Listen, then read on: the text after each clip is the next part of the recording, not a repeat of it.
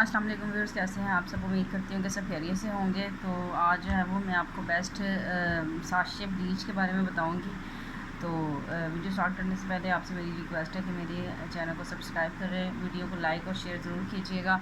और अगर आपको बेनिफिट हो मेरी वीडियो से तो नीचे कमेंट में ज़रूर बताइएगा, ठीक है। तो अगर आप साशे ब्लीच कोई भी यूज़ करते हैं, जैसे कि केयर और भी बीच हो गया, केयर हो गई, और भी बहुत सारे जो है ना वो ब्रांड हैं जो कि गर्ल्स यूज़ करती हैं साशे वगैरह। तो आज मैं आपको बेस्ट साशे बताऊंगी कि आप कौन सा यूज़ करें, ठीक है। तो आप पार्ले का 24 के गोल्ड ग्लैम क्रीम ब्लीच आप इसको यूज़ करें, इंशाल्लाह आपको इंस्टेंट रिज़ल्ट मिलेगा और इतना ज़बरदस्त रिज़ल्ट मिलेगा कि ये क्रीम जो है, ये ब्लीच क्रीम जो है वो आपकी फ़ेवरेट क्रीम बन जाएगी, ठीक है।